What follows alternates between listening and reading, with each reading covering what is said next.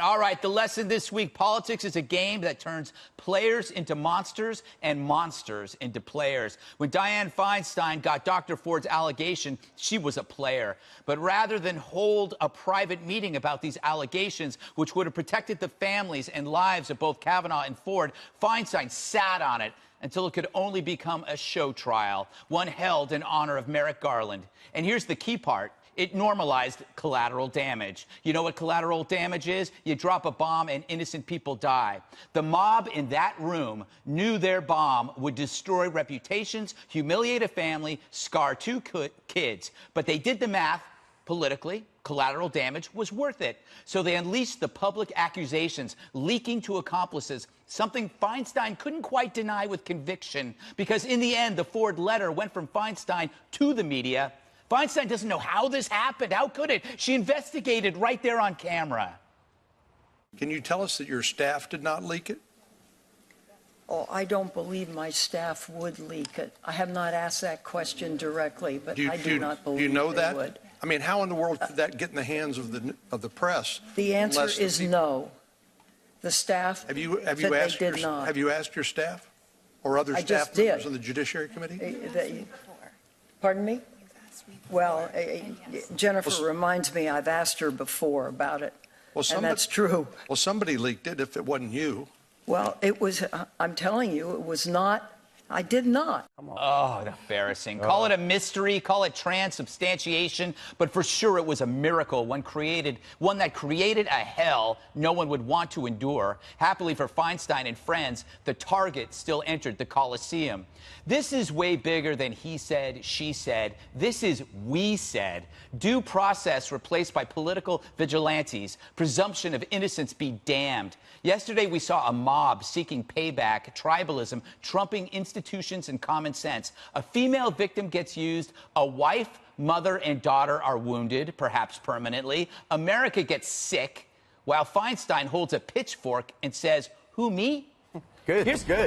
You know why you know this was so manufactured is where Alyssa Milano was sitting I think directly to over Kavanaugh's shoulder.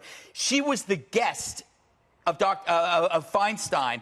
And she was smiling and texting, and it's like, why was she there? That was orchestrated. This was a show trial.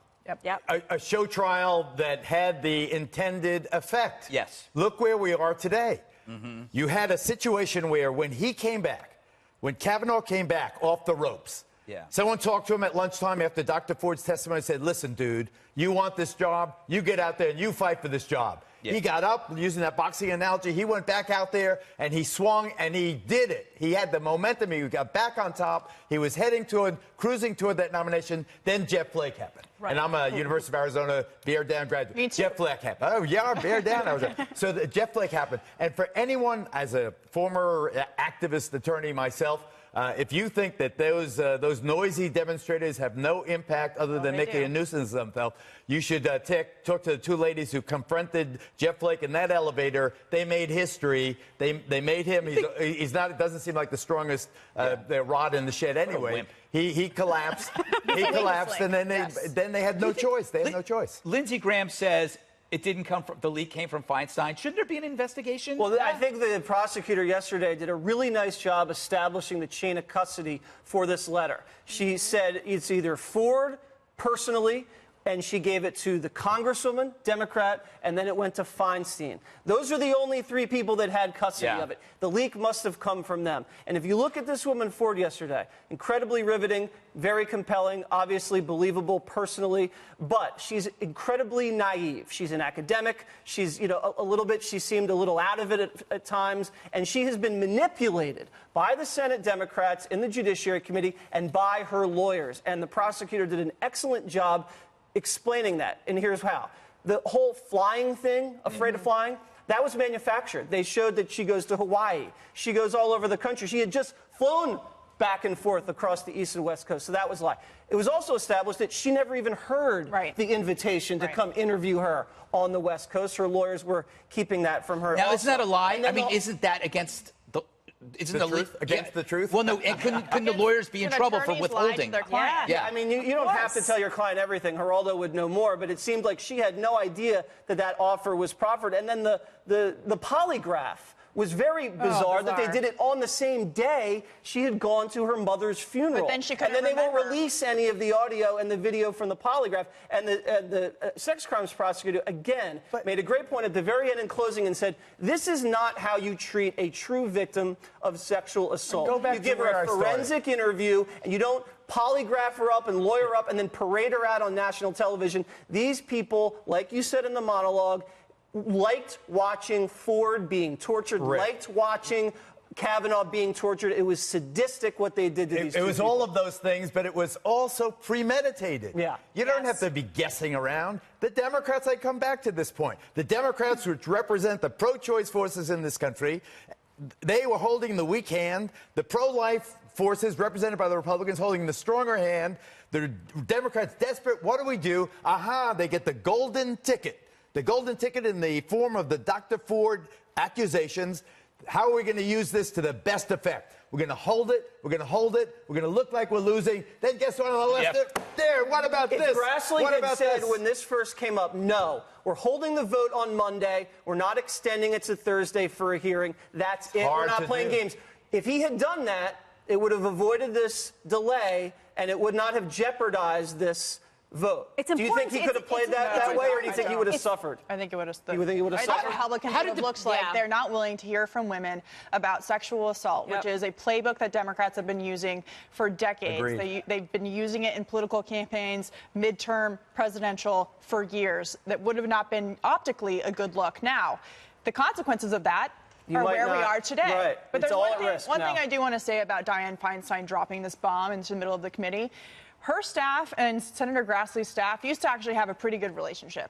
They used to have a really professional working relationship on very important big issues like protecting whistleblowers, national security, oversight of government agencies, and she has completely destroyed any kind of relationship that they had in the past as the left continues to lecture the right about civility and coming together and Washington working to make sure we're bettering the country. She destroyed that relationship. It was a good one, and she has a lot of explaining to do. And as Greg mentioned, there should be an investigation. Isn't Feinstein doing this because she's in trouble too with the left in California? Maybe, but I think that this is big. You have to go back to this. I was a young lawyer when Roe v. Wade was argued and passed.